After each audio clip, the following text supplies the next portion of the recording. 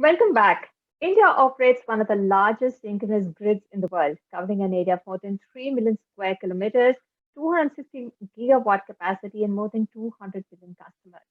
The government has formulated a smart grid vision and roadmap for India with a plan to enable on demand access and availability of affordable, reliable, quality power for all with the optimal mix of conventional and renewable energy.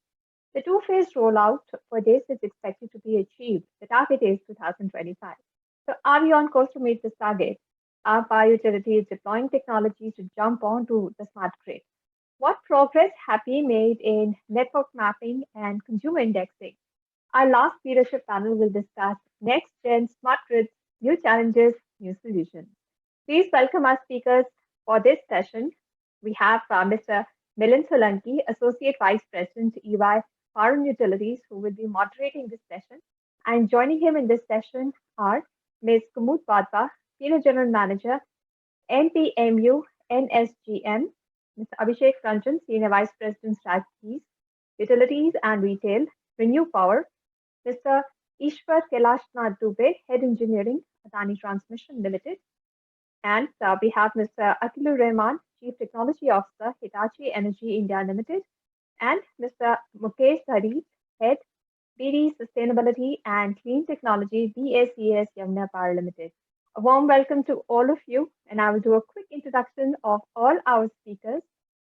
First, we'll start with our moderator. Mr. Solanki is a digital evangelist working with emerging digital technologies to empower utilities to fasten the innovation clock speed. He supports utilities across the Indian subcontinent, Middle East, Africa, and Europe to unlock their potential. Ms. Wadhwa has more than 30 years of cross-domain expertise in power sector, spanning across project planning and management for transmission projects, IT projects, and smart grid projects in distribution. Mr. Abhishek Ranjan has over 2 decades of experience in power and information technology sectors in India. He has been responsible for implementing projects in areas of energy efficiency and demand side management, renewable integration and rooftop solar, energy storage solutions for distribution network, EV charging infrastructure, power scheduling, and a lot more. Mr. Dubey has over 20 years of experience in engineering, construction, and operations of substations of various voltage levels, including HVDC stacks in various parts of India. Mr. Rahman has 3 decades of experience in research, R&D, technology management, engineering, business, and product development in power and automation technologies for utilities and industries. And Mr. Dajit, he is heading business development, sustainability, and clean technology vertical in BSES Yamuna Power Limited. He also has gained a lot of experience in managing power distribution operations, SCADA systems, power scheduling, and load forecasting and power management. A warm welcome to all of you. I'll hand it over to the moderator of the session. I'll request Mr. Solanki to take over and steer this discussion forward. Thank you, Anisha, and good evening, everyone. A very warm welcome to all of you for joining today's session. What I think is that without further ado, I would request Mr. Dadich to give his point of views on and share some of his experiences from his utility and specifically in the areas of DER integration. So over to you, sir. Yeah, thank you, Milind, and thank you the organization for inviting us on this great platform to share our thoughts on this very interesting aspect of smart grids and how these new energy vectors can be integrated with the evolving technologies. So I'm representing BSES Yamuna Power Limited here, which is premier utility company operating in east and central part of Delhi with close to 1.8 million number of consumers. So during the last 20 years of journey, we took over in 2002 from erstwhile DVB, and we have reduced the AT&C losses, which were around 64% in 2002, and now it is around the 7 to 8% range.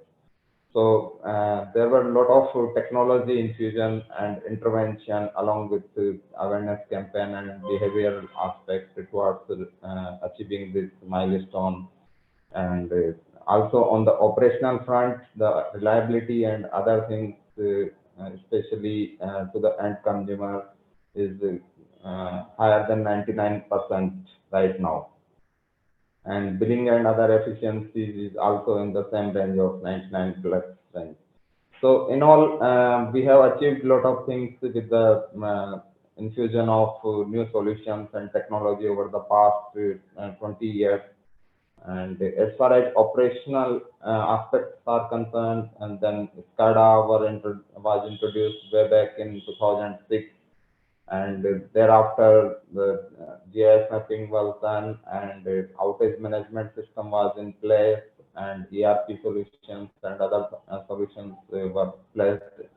And the important part was that how to integrate all these different solutions operating in silos. So nowadays we are doing this exercise of integrating and bringing the data from the different platforms on a single platform, so that use cases can be built, and we can utilize these information available on different platforms at a single level.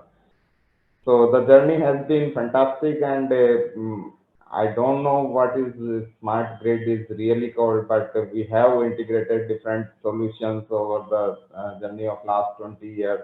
But I'm not sure whether we are smart enough or not. Although we have introduced DMS and all sorts of new technologies for automation, all our grids are being operated in unmanned manner, and we have self-healing solutions as well. All the data are available at a central SCADA center level and in other energy audit and other functions.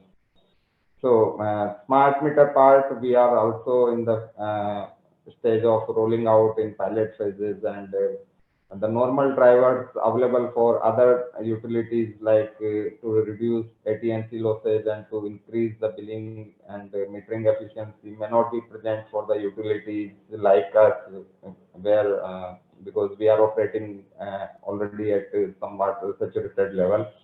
So we have to look for different drivers for introducing smart meters in form of empowerment of consumers, providing them value-added service, energy efficiency related service. So it's a great time where we are thinking that the utilities, power utilities, will be transforming itself into energy service provider company. And the level of DER which is coming both at embedded level and on some supply side is posing another level of challenges for us. But we are glad that the technology has played crucial role and will be playing very important role in integration of these DERs with the existing system and provide us the solution and mitigation plan. And so we are looking forward for some more solution in the field of how to manage the emerging EV load, how to integrate more number of solar rooftop installation, and how non-wired solutions like demand response, energy storage, and other modes can help us in mitigating the peak load management and other things. So we are hopeful that there will be solutions in form of dumps and other associated manner, and that will help us in doing and meeting these challenges. DR integration is very important going forward, and we are looking forward for solutions which basically can help us in integrating and bringing the data and give us some sort of visualization and help us in network planning and power procurement, power scheduling, and other purposes. Apart from that, the new technologies in the field of AI and ML are being used at BSES in the load forecasting, demand forecasting, and the consumer behavior prediction and other things as well. So we are well into adoption of technology, and doing a lot of demonstration and pilot projects around that theme and that particular theme. So we are embracing new technology and solutions, and we are sure that we will be able to address the challenges and the issues which may come up because of these new energy vectors integration. So these are my opening comments, Navin. Thank you. So, the very interesting points, Mr. Dadich, and definitely, there are a couple of smart grid initiatives which are at the which have a lot of limelight as of now, both from the industry perspective and from the policy side as well. With that, I think I would move to Mr. Ranjan now. And while we are on the subject of DERs, Mr. Ranjan, it will be great if you can, highlight the, throw some light on the role of DERMS, specifically, which is something new that is coming up specifically in the DER area. And also, it will be great if we can talk about the role of DSM in, the overall smart grid roadmap of a utility. Over to Thank you, you. sir. Thank you, Milind, and thanks for the question. So the utilities are now moving more towards consumers and consumer-centric utility. So when you talk about resource adequacy also, so adequacy of the resources, the DSM is playing or going to play a very important role. So DSM is a bouquet of different technologies, for example, or different aspects, demand response, energy efficiency, and DSM could also be two ways. One is supply based, and second is load modifier. So demand response is not only load modifier, it is also a supply. And why I'm saying that? When the DERs or the distributed energy resources like rooftop solar or battery storage are called into service, they can be called into service either for restricting their supply, which is a new thing for us because today the rooftop solar is only a must-and device. It will generate and keep on pumping into the grid, depending upon whatever the auxiliary consumption of the installer is there. Now, the inverters are also getting smart. They need to and they are responding to the signals from the grid. There could be two kinds of signal from the grid. One is the financial signal, which is tariff. Second is the grid level signal, curtailment, etc., or maybe giving a signal to enhance the output. Okay, this is possible for solar inverter as well as inverter of the battery energy storage.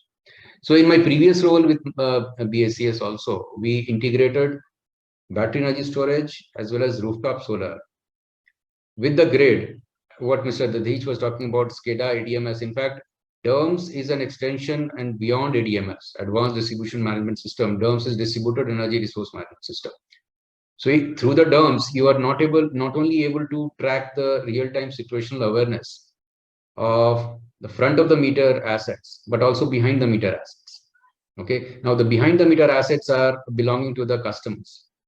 Now the customers willingly will choose to dispose of, or I mean, disclose their assets to the utility. And that is when we say that the consumers are going to participate in the grid operation. And that is the role of a DSO, distributed system operation. So when I utter these words or concepts, what we are talking about in India, we are now embarking a journey towards a DSO. So therefore, smart meter is just one device, you can say, to usher in the smart grid, but then the smart grid is becoming more smart by participation of the consumers. Imagine SLDC or the state road dispatch centers. They are engaging with only few participants. For example, maybe 5 or 6 discoms, few gencos and transcos. Okay, but the DSO is going to deal with millions of customers who are owners of DERs, be in the shape of rooftop solar, battery energy storage, EV charging, B2G, as we say, demand response, or even energy efficiency. So these programs are now going to be very, very focused. So DSM right now, Milind, as you know, is being seen as detrimental to the business of the discoms in India. Most of the discoms in India, especially the government ones, think DSM is detrimental to the business, but that is not the case. So that scenario is expected to change. We expect resource adequacy regulation shortly from the Honorable Commission, Central Commission, which might usher in a change in the way we look at the DSM. So yes, DERMS and demand side management forms a very integral part of smart grid. And The idea and the situation is like this. Every utility would have to have a complete resource adequacy plan in place, which is soon going to be announced as per my belief. And then how technology can play a role, wherein demand side plays a very important role in ushering in the smart grid. The smart grid means grid is responsive. It's not a passive device. So, and there the consumers are also going to play a very active role. Milind. So thank you so much, Mr. Ranjan. And while we are on the subject of you know the consumer having the all power, through the recently announced the rights of consumer rules and through other measures that the Commission as well as the Ministry of Power has been pushing. I will now move to Kumud ma'am. And ma'am, what is your take on the dynamic pricing of electricity for demand response? So while we are on the subject of consumer being the all power, so what's your take on that, ma'am? Thank you, Milind. As Mr. Ranjan just mentioned, that there can be two kind of signals from the utility side for the end consumers participation. One can be direct price signal, another can be in the form of direct control, command and control. So in my view, the price signal can influence consumer behavior to a significant effect. Because when we talk about demand response, we want to influence the usage of electricity so as to shift it from peak load to off peak load period. So if most of the consumers may not be willing to kind of give their control of their appliances to the utility to begin with. So to change the habits of the consumer, the price signal will play an important role and is being taken care of in many of the projects, many of the utilities by globally. So if we see the scenarios in USA, many of the utilities are already giving choice of tariff to the consumers, and wherein the time of use tariff is one of the tariff. If I talk about, say, California, one of the consumers showed me the tariff options that is available to that consumer, and it has number of options. It is not just one tariff which a consumer is given. So based on the consumer's priorities or consumption pattern and the ability to, say, have that flexibility in shifting of the load, they can choose the tariff which will suit their pocket and will result in the saving in the form of lesser bill that is to be paid. So the tariff there has TOU tariff for charging, EV charging separately, and the consumer can choose. And initially in the first year, the consumer is also given a neutral bill impact. So if a consumer switches from tire or slab-based tariff, which is the conventional tariff as is available to Indian consumers as well, to this dynamic tariff for demand response, so for the first year, the consumer will not have any increase in the bill. They may have the reduction in the bill amount, but they may not have any significant any increase in the bill. But either of the whichever is the minimum, that bill they'll have to pay. So this is how the utilities globally are trying to influence the consumer behavior for demand response so that they can participate in grid management, because that is very important. The consumer participation for grid management is becoming significantly important because of increased penetration of renewables in the grid. Renewables are intermittent and unpredictable. And if we just cannot predict millions of nodes that will be producing and injecting into the grid, what we can do with efficiency is at least follow that pattern. Whatever is being generated, try to follow that as close as possible so that the curves are matching. The supply curve and the load curve are just following each other.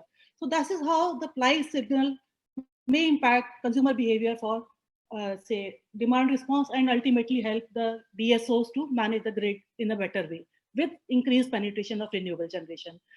And the kind of, say, each consumer will have different parameters based on which their response will be there for the grid support. So that can be based on the curtailment potential, like what all load is there at a consumer's premises that can be shifted. Do I have a dishwasher? Do I have fully automatic washing machine which can be set for a particular time period to start or say stop as required?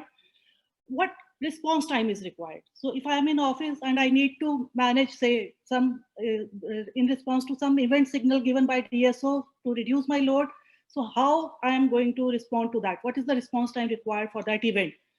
Participation hours, for how long do I need to participate in case it is an event-based demand response, which is signal which is there from the utility? What will be the length of interruption? What can be the type of response? So these are also the factors that influence what kind of response we will get from the end consumer if we are going in event-based, even for event-based demand response expectations from the end consumer.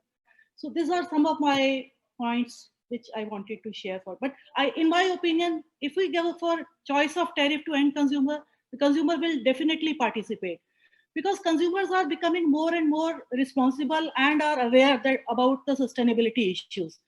Somewhere in Africa, the signal that grid is under stress and it may lead to blackout also prompts the consumers to reduce their load without any price associated with that. So if a price signal is there, like we had managed our grid by implementing availability based tariff, because prior to that there was lot of frequency deviation and lot of tripping used to happen because of mismatch in demand and supply. The utilities used to draw excess power irrespective of what was the grid scenario. But when we had that price control in the form of availability based tariff, so that discipline was imposed on the stakeholders at grid level. So the time is now, I think, ripe that we can kind of replicate that success story for the end consumer choice of tariff or dynamic tariff, to which the consumers will definitely respond. So, over to you, Milind. Thank you, ma'am. Definitely, I think the time is right now, and definitely with the onset of so many smart devices that are at our disposal at our homes, that we can definitely move into such kind of pressure, and the utilities should also encourage customers for demand disaggregation, which eventually will be the future. So far, we have obtained the views of our experts from the distribution side of things. I would now like to call Mr. Dubey and seek his views in terms of how his transmission company is helping the distribution companies directly or indirectly to achieve the smart grid vision, and how does our TSO or a transmission system operator basically contributes to the overall smart grid vision. So over to you, Mr. Dubey. Thanks, Milind, and a very good evening to all of you. And very rightly put by the various experts, Ms. Wadhwa, Mr. Abhishek, and Mr. Mukesh, the demand side management and the way that things are to be clear, and the way the consumer is playing a major role is really very important. Now, back to the transmission sector, we at Adani Transmission are operating in assets of around 15,000 circuit kilometers and another 5,000 under construction. And we are one of the largest transmission players in the country today. See, the major chunk today comes from the tariff-based competitive bidding, where the various transmission systems are being put in. And looking at the way that the transmission sector is evolving today in the country, basically is run by availability-based tariffs. So we are at around 99.8%, which is one of the best-in-class availabilities as far as the availability is concerned. Looking at the level at which we are playing and the kind of asset size that we are growing organically or inorganically, it becomes more pertinent to adopt the concept of smart grid. So the more we talk of smart, as Mr. Mukesh very rightly said, we have implemented a lot of technologies, but how smart they behave is something which is still to be looked into. So coming around to certain things, which is very important for a transmission, because today, your tariff itself is directly based on availability. So reliability, availability, and maintenance, these three are three mantras that we need to follow when we are looking at the transmission sector.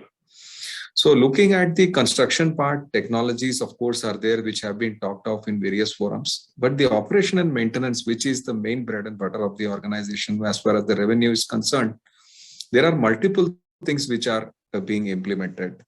To enumerate a few, looking at the substations part, you have a lot of sensorization and automation today. And we are also setting up a central ENOC, the Energy Nerve Operating Center at Ahmedabad, from where we'll be controlling and operating all the stations across the country. So that is one of the very big initiatives that we are taking, and sensorization is playing a major role in that. Talking of distribution stations, of course, unmanned station has been heard of, but today we are even planning transmission stations to be unmanned, totally unmanned with lock and key. So this calls for a lot of automation in the transmission system and also a multiple sensorization even at the grassroots level. See, today, even the climate is playing a very important role, and understanding our climatic conditions in the near vicinity is playing a major role in any of the transmission utilities. Looking at the recent cyclonic effects in the various country, how do you look at the weather is a very big challenge. So those, we are also in pilot implementation of certain technologies, which will look at and predict how the cyclone is going to affect your asset. Suppose a region you have your asset or a transmission line, which portion of the transmission line will be affected is a futuristic prediction and a forecast based on which the various arrangements and strengthening can be done. So those are few of technologies where the climatic conditions. Looking at the transmission line per se, which is one of the most left out areas in terms of sensorization, we have taken a few technological aspects in terms of, say, monitoring and patrolling of transmission lines. You look at 15,000 circuit kilometers currently in operation at various voltage class, you must understand the kind of human effort if it requires you have to patrol it manually. So we are looking at drone technology. Is a very prevalent technology today where we inspect and monitor the transmission assets. At the same time, we are looking across globe for robotic technology to be installed on the wires, which will keep running across these wires and monitoring these wires 24/7. So that is one kind of technology that we are exploring very vigorously, and we are in discussion with few of world global leaders in these technologies. Few utilities have already implemented this across globe, but as on India, we are trying to be the first onto that. Coming to another very important aspect, traveling wave fault locator. Very important today. You have a fault in such a long line. Say we have a 1,000-kilometer transmission line in DC. If you can understand, if you don't have the exact location of the fault, it becomes more difficult for you to identify and rectify those locations. So we have installed technologies like traveling wave fault locators, which give accurate locations of those areas and which enables us a minimal downtime and maintain availability at the best-in-class level. And one of the very important things I had talked of, maybe the first in the country, we have installed sensors on our 765 kV live tank circuit breakers and have been able to avert failures of those breakers by condition-based monitoring. And even look at the ESG aspect today, which is very important and being talked of across globe. We have been able to even monitor the gas leakages in the 765 kV breaker at very different levels. So this is one of the first implementations in the country, and it is ongoing. And of course, with my friend Mr. Akilur Rahman from Hitachi Energy, they are our partners in installing these kind of sensors. Also in transformers and reactors, multiple sensors are being installed. Thereby, we have created curves in terms of health indexes of various equipments, and we are monitoring those curves on a live basis. So what I'm talking is shifting from a routine time-based maintenance to a condition-based maintenance. And going forward in future, we are going to reliability-based, condition-based maintenance. So that is the area of work that we are attending to. Talking of transmission lines, again, another very important and critical aspect is the lightning zones. So for looking at those aspects, we have had a few issues in few of our transmission lines in certain areas. So we have also, apart from looking at the tower footing resistance, also we are installing externally gapped lightning arresters on transmission line. So thereby highly improving the reliability of the transmission line and putting its life also or increasing its life. So few technologies, what we have explained, this is the basic thing. And also looking at unmanned stations today, safety of persons is of key importance, because a person who is going to a station for maintenance may not know the station very well. So we are working on safe technologies like, kind of a wearable technology wherein the signals, it will function just like a Google Glass, which will give you input as to which equipment to go, what is the SOP, what is the safety, and step-by-step process, so that the person is able to move to the right direction and be safe when he is operating that.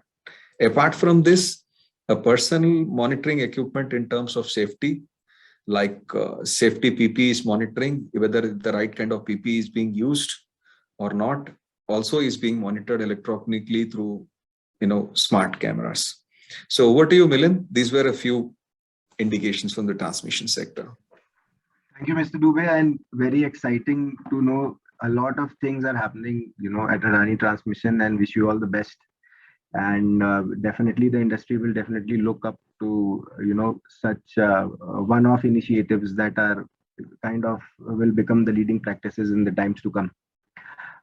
With that, we have heard from the distribution side of things as well as from the transmission. I would now move to Mr. Rahman, and would want him to talk about from the industry perspective, because when we talk about smart grid, some things which were aspirational are now becoming a reality, and I'm sure Hitachi Energy would be in the middle of such things. So, Mr. Rahman, over to you to explain to us of some of the interesting things that you've been doing.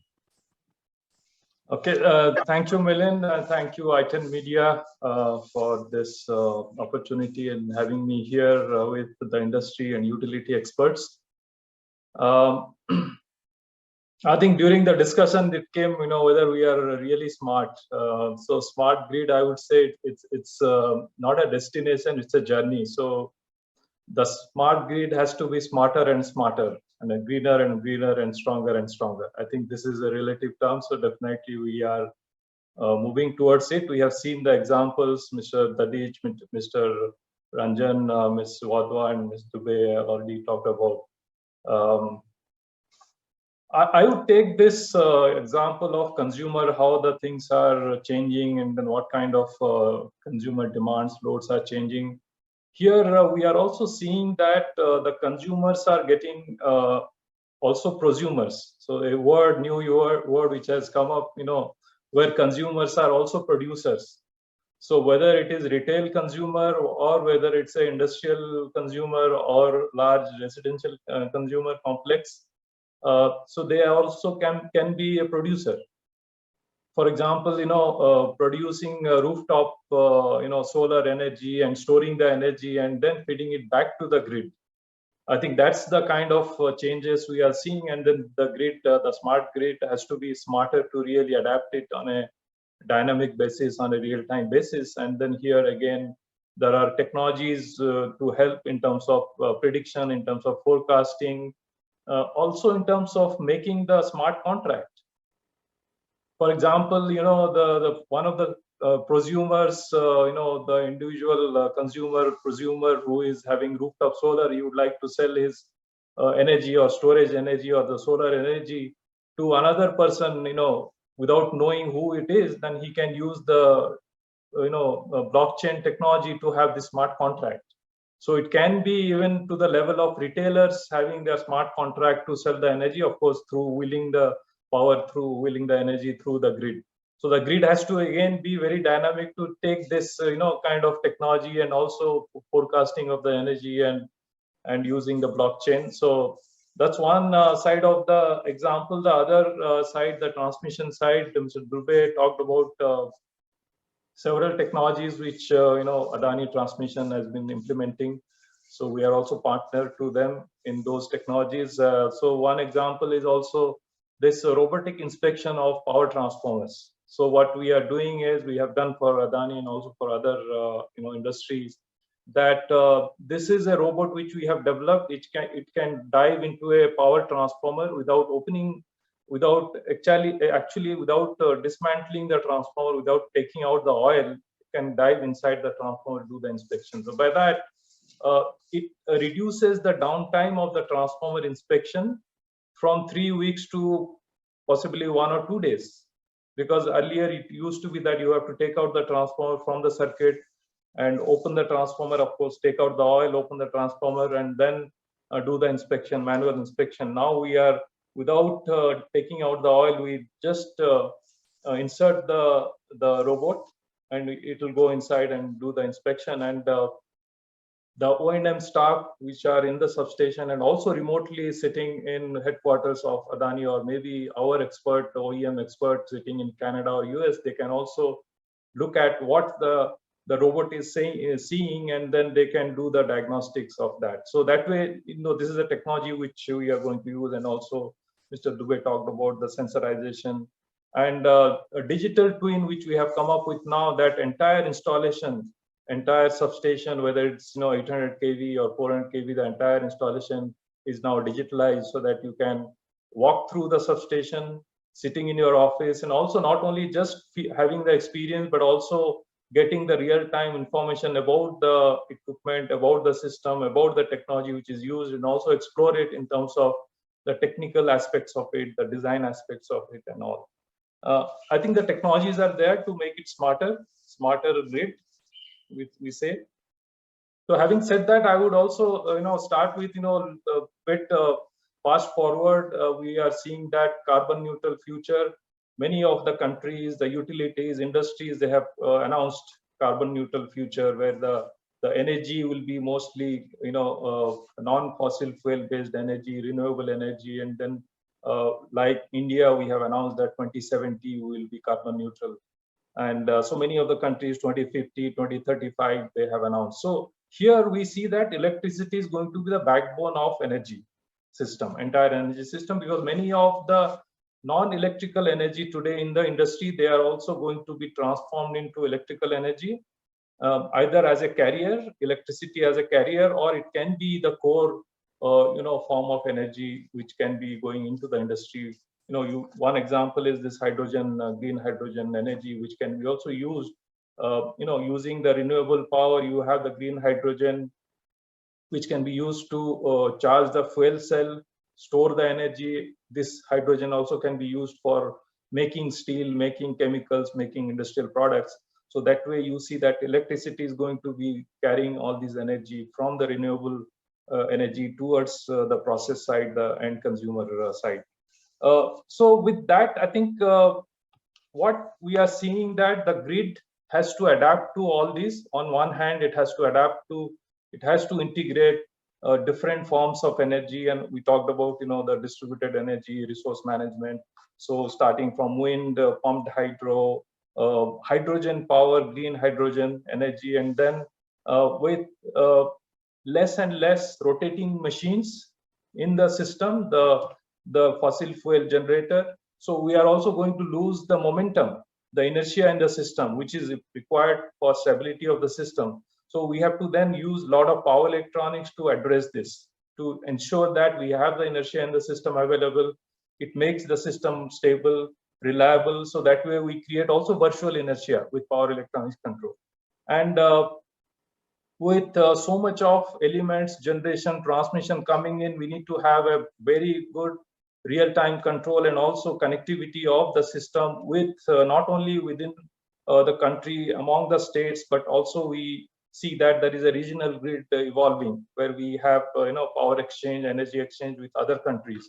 So in that case, we have to be very, very particular about how in real time we manage this situation, and power electronics can help in addressing that, whether it's HVDC system, meshed HVDC, multi-terminal HVDC, or FACTS, power quality, STATCOM. So these kind of technology. On the other hand, on the consumer side, we have seen that the energy storage is coming up, the hydrogen fuel-based storage.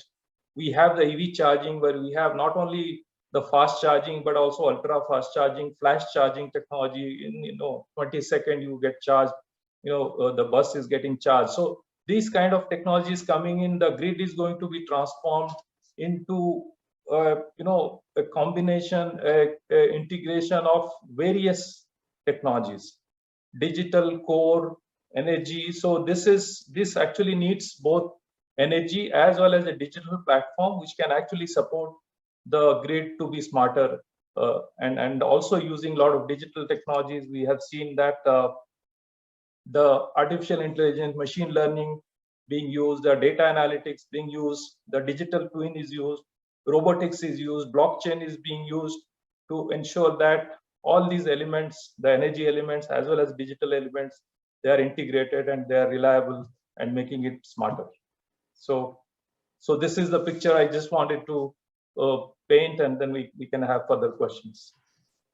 Right. Thank you, Mr. Rahman, and great insights. We have been talking about the grid being smarter, and there's an influx of devices which are smart, semi-smart, and there's huge amount of data that is being generated. So I would want, or I would request Mr. Dadich to, throw some light on what kind of challenges do you foresee in terms of interoperability and standardization when it comes to, integration of such devices, whether be it on the field or, in terms of electrical vehicle infrastructure, which is coming up in a large way. So for a distribution company like yours, what kind of challenges do you foresee in terms of interoperability and standardization? So over to you, sir. Yeah, definitely, Milind. We have already started facing these sort of challenges in interoperability and lack of standardization in smart meters, different IoT devices, and EV charging stations and solar rooftop. So the need of the hour is that everything which could be classified under the prosumer category, where the consumer is generating something or affecting the normal load profile or load curves, should be integrated in proper manner with the DISCOM backend solution. So that is the need of the hour. But at the field level, what we are seeing that there are different kind of smart meters and the proprietary solutions which they are selling along with the smart meters, and these smart meters are not talking to each other. And so it's not possible to have the multiple systems at this command. Similarly, we are seeing that the different EV stations are also having their own set of proprietary protocols and the software solutions, and getting everything through API is perhaps not possible. So there has to be some standards in place. And we believe that going forward, the BIS and other agencies responsible for providing us this sort of guiding principles are working hard towards. Recently, we have seen in the MOP order that government is working on the battery standardization as well to have more sort of interoperability in EV field. So OEMs can soon have policy where they will have to house the particular kind of and with the particular set of standard of batteries in their vehicle, so that it is made swappable with each others. So that kind of standardization and interoperability are must going forward, and that will also help the consumer in empowering and taking more informed and good decision going forward. There will be more choices available for consumers, and switching from one product to another product will be easy. And as the technology will be evolving, that could be easily integrated if we have the standard type of protocols where the data could be exchanged from anywhere to utility and vice versa. So this particular aspect of interoperability and standardization is very, very important if we see it from the utility perspective. One more thing here, Milind, is that Mr. Rahman very interestingly raised this issue that being smart is not the destination, it's a journey. And I completely agree with that. the technology and other things are coming in such a big way that even the utilities who are normally considered at the last end of the technology and all these things are now thinking about the use of AI, ML, and digital twins, digitalization, and all these things.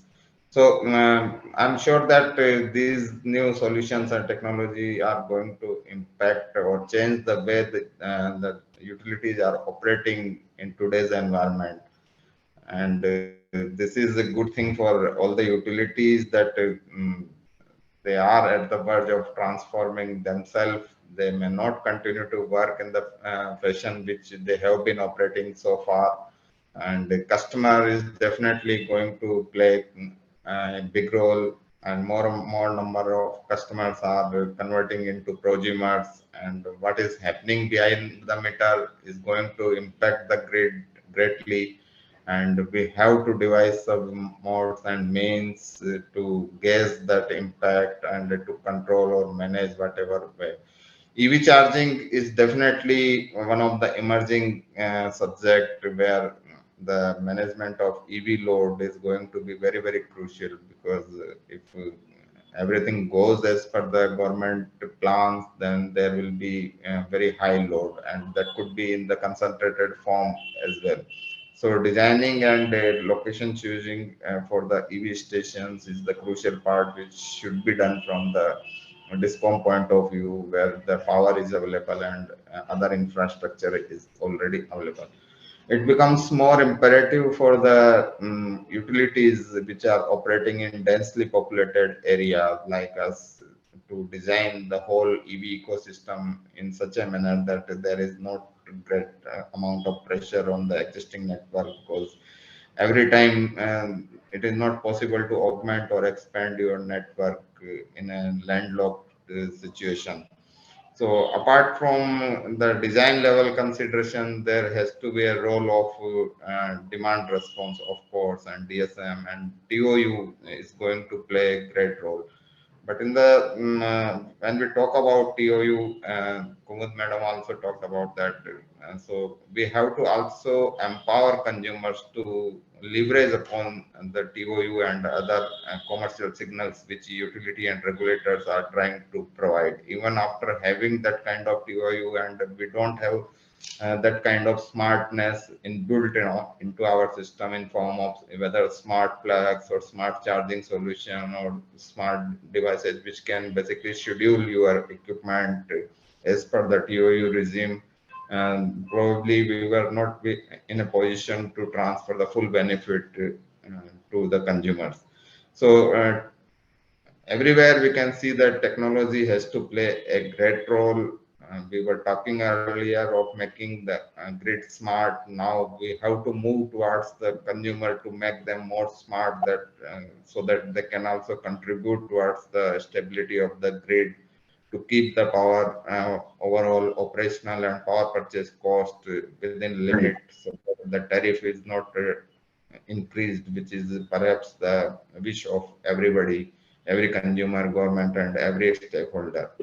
Right. So definitely these new technology and solutions have to provide a big support and help to entire power sector, not only in distribution side, but as Mr. Dubey indicated that these technologies are playing a big role. He talked about the drone applications and fault locating systems.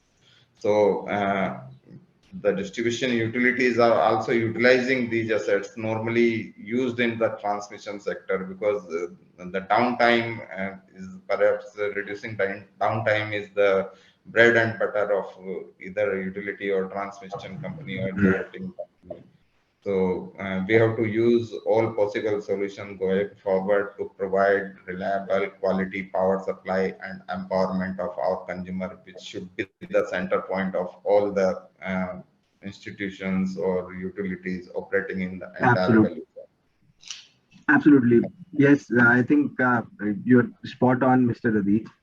Uh, while on the topic of EV charging stations, they're picking up a lot of pace in India in the past couple of years, and recently there's an EV charging policy that has also been kind of released by the government.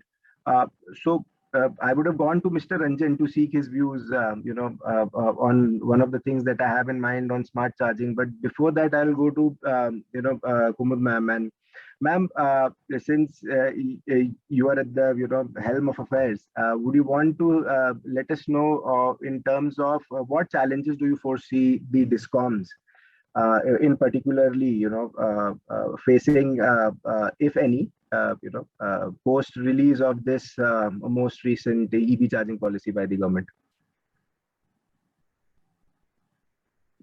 Yes, Milind, as government has already announced a lot of incentives for EVs to be adopted by the end consumers. And there is a target of 30% vehicles to be electric vehicles by 2030 somewhere. So now we are to go for electric vehicle charging facilities to be made available for that EV adoption to take place. So with the increase in EV penetration, the technical challenge that the utility is going to face is that there may be increase in harmonics. So if there is an increase in harmonics, it will in turn lead to power quality issues as well as increase in losses. Another issue that the utilities are going to face is now they are to manage mobile load. The utilities will not know what time a consumer is going to get his the vehicle charged at which station. So that say demand forecasting will be again a more challenging task. As of now, in itself, it is a challenging task. But when we are to say manage a mobile load, then the demand forecasting will become even more challenging. Again, managing charging infrastructure, as Mr. Dadich has mentioned, that there are different protocols and the utility is facing challenges in communicating with different EV chargers. So that again is a challenge for the distribution companies. And another big challenge that the utilities are going to face is maybe all the prosumers or all the EV owners, they will go to office and come back to their residence in the evening and then plug in their vehicles for charging. So if all the consumers are plugging in their vehicles, EV vehicles for charging in the evening, so it may add to the evening peak load. So additional peak load due to EV charging will pose a bigger challenge for the discoms, because now the thrust is that we need to shift the peak load, because it is found that the utility is creating a lot of infrastructure and stranded assets are there just to manage peak load for a few hours during the year. So the thrust is on shifting of peak load, and EV charging in the evening may add to the peak load. So then again, this is a challenge. Then performance expectations, like what should be the agreement between utility to consumer, consumer to utility. There will be so many third parties, how the contracts are to be handled. So all those challenges are there. So at least for solving these challenges, for harmonics and all, already CA has issued grid connectivity standards wherein it is mentioned that for any prosumer to be connected to grid below 33 kV level, there are certain standards for which are to be followed for measurement of harmonics. And the utility is to constantly measure those harmonics. Though it is there in the guideline and the standards that are issued by CA, but I do not find that on ground, discoms are really able to kind of implement this kind of monitoring mechanism for figuring out what will be the harmonics wherever the EV charging is taking place, or in fact, even there are huge solar inverters that are also adding to that harmonic problem. So the utilities are to figure out mechanism where they can monitor what will be the harmonics at various levels in the grid so as to avoid the losses and manage the power quality as per consumer SOP, which is there from the regulator side. As regards managing the mobile load is concerned and design of EV charging stations, as Mr. Dadich mentioned, because maybe this charging station has to have minimum 150 kilowatt of charging capacity available as fast charging capacity, and every 2-3 kilometers such charging stations will be there. So a lot of large load stations will be there in the discoms grid. So maybe the solution to such challenge can be, we can have an integrated energy service provider wherein the charging station also has some solar rooftop on the premises, some battery storage also on the premises, or has a tie-up with some solar generating companies or solar generating, say, rooftop prosumers, wherein they can balance whenever there is a peak load in that area, maybe some transformers are getting overloaded, so that energy service provider can act as an aggregator and connect to some prosumer community to get the demand response. So we need to figure out some holistic solutions wherein prosumers plays an important role. Rooftop solution, solar generation is also playing an important role, as well as storage will be also playing an important role. All together, we can support this EV charging as well as the clean energy targets that government has planned for.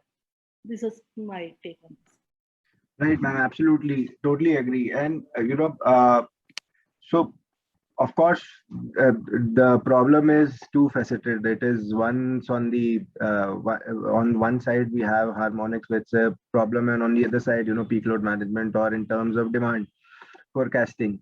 So, Mr. Ranjan, do you think something like a smart charging, can possibly act as a tool for resource adequacy for the distribution companies? What's your take on it, sir? Sure. So I was listening to Ms. Vadva's comments, and I very much agree with it. And I would like to take it forward. I have posted some links in the chat box for the benefit of the participants in this webinar. And the idea is all about the study, the visibility into the EV complete scenario paradigm, for example. I'll talk about Delhi. And before I talk about EV charging scenario, you had a previous question about what are the issues in terms of interoperability or the scalability. That is very important to address. So 2 years back, I had an opportunity to work together with DST, Government of India, and BIS as well, and some of the leading institutions across the globe. So we thought of what is the standard protocol which has to be used for interoperability across different CPOs, across different OEMs of the chargers in the country. If you remember, in smart meter that we are having in our country, for example, also across the globe, there is a problem of interoperability across the OEMs. Okay, that is the standard problem. Now, one of a very good thing but NSGM had already done, Madam Vadva knows about it, that they brought out a very good book last year in January 2021, I guess, which talks about you separate out the communication module from the metering. So in the meter, you have a modular communication module. So you can place in the NIC card of different service providers. That is one. And that has now been mandated. For example, there was a recent letter from REC, which is one of the nodal agency nominated by the Government of India under RDS. That is one. The second thing is, you remember the SCADA days 20 years back, over 2 decades back, every SCADA provider, all the OEMs, I mean, Mr. Rahman is here, there were many OEMs, all had a proprietary protocol. Okay, but then we matured, we went to 61850. Okay, now similar thing now today when we speak today, I have ABB SCADA. I mean, BSES has ABB SCADA installed, but the RTUs from ABB, Siemens, and many other, and they are able to talk to the central ABB SCADA server. Why is it possible? Standardization of the protocol. Now coming back to EV and IoT devices. IoT devices, how do we talk? For example, this different IoT devices, you talk about smart plugs, or even an EV charges an IoT device. How will it talk to the DERMS of a DISCOM? What is the protocol? Because different OEMs will have different protocols. So how does it happen? Talk about OCPP and OCPPI. Okay, so this is nothing but the EVSE and EV protocol, I mean communication. Then there are multiple central monitoring system of different OEMs, CPOs. They talk to each other by OCPPI. Now, these are multiple CPOs, their servers, their systems. How do they talk to the DERMS of the utility? Their BIS, to the best of my knowledge, is working on, like, for example, OpenEDR is one of the contenders. Second is IEEE 1547.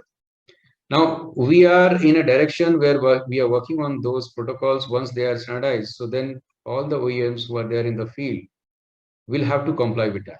So therefore, the EVSEs, the electric vehicle chargers, we are saying, they can easily fit into the managed charging network of a DISCOM.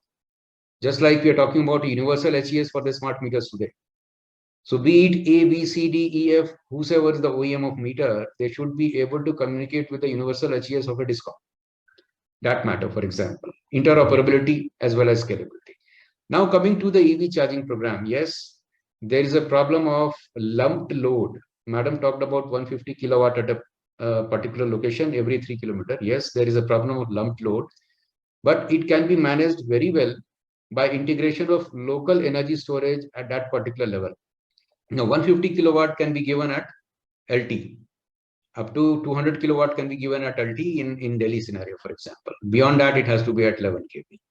Now, 150 kilowatt can be given at LT from a distribution transformer, which is dedicated to the station, can be together with a battery storage, so that you are able to level out the load. And how does it happen? It will happen through, again, what Madam told about was the EV TOD tariff or TOU tariff.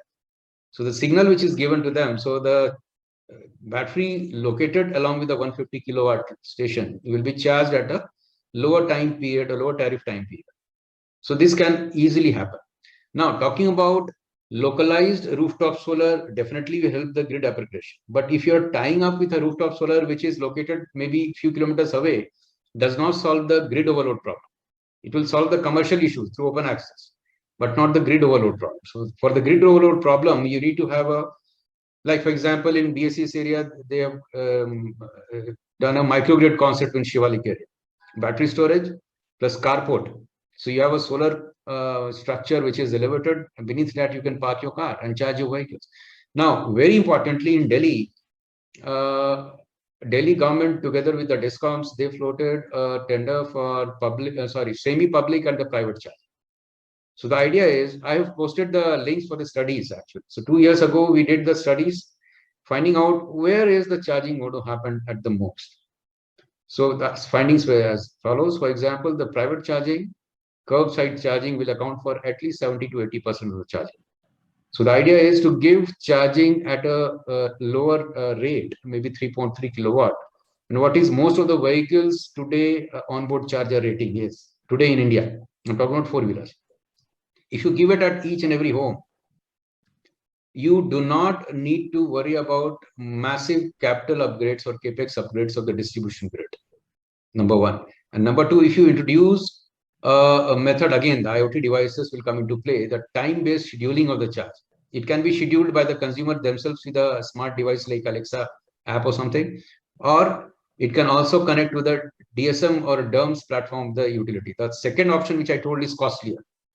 So today, in Delhi, for example, you can log on to the website portals of the respective DISCOMs, and you can order a charger for yourself. Within a week, it should be installed at your home. And that too, under the subsidy of the government, it will be available, the AC charger, maximum at 2,000 rupees something. Okay, and there is a CPO OPEX model also available. So the idea was, step number one, we found out where the charging is going to happen. Step number two, we give the ease of doing business at the doorstep of the consumer through a single window scheme, where you get a EV specific tariff, which is subsidized tariff, and a EVSC together at your doorstep. Next, because the public charging is mainly for the fleets, is mainly for the fleet operators. So you give the public charging location at such a location where there is not much expectation of the grid congestion, and then subject that to a managed charging, which could be either through, you can say active managed charging or passive managed. Passive managed charging is through the tariff, and active is through direct interruption of the utility. They can directly, throttle down the charger from some, say, 50 kilowatt to 10 kilowatt, something like that. So all these initiatives in POC mode have been initiated and completed in the city of Delhi. Now we are very pleased. I mean, the government of Delhi and the honorable commissions also are working in this direction. Milind. Right. So thank you so much, Mr. Ranjan. I think, absolutely, these are exciting times. We have been talking about smart grid initiatives, etc., and for a very long time now, especially in the grids. The initial part was aimed at strengthening the grids and making them smarter, and now we are moving towards making these grids sustainable and greener for our future generations. And I think that should be the aim. Due to the paucity of time, I'll not be able to move to Mr. Rahman and Mr. Dubey for a second round of questions or discussion. Thank you everyone for participating today. Over to you, Anisha. Thank you, Mr. Solanki, for steering this discussion. And I would like to thank all our speakers for taking time out and joining us for this discussion. Now, with this, we come to the close of the day-long Energy Leadership Summit. We are grateful to all our dignitaries for taking the time out of their busy schedule and joining us today to share their opinions, their vision, and their wisdom with all those who logged onto the platform to hear them out. We would like to thank our partners who have supported us, powered by partner GE, lead partner Accenture, and our associate partners, Sales and Areva. I hope it has been a worthwhile day for all of you, having helped you come up to speed with the latest trends in India's energy sector and the efforts that are underway to create a new power model that's decarbonized, decentralized, digitized. Lots of opportunities there waiting to be grabbed in our country. Thank you all for joining us, and we'll see you soon. Goodbye.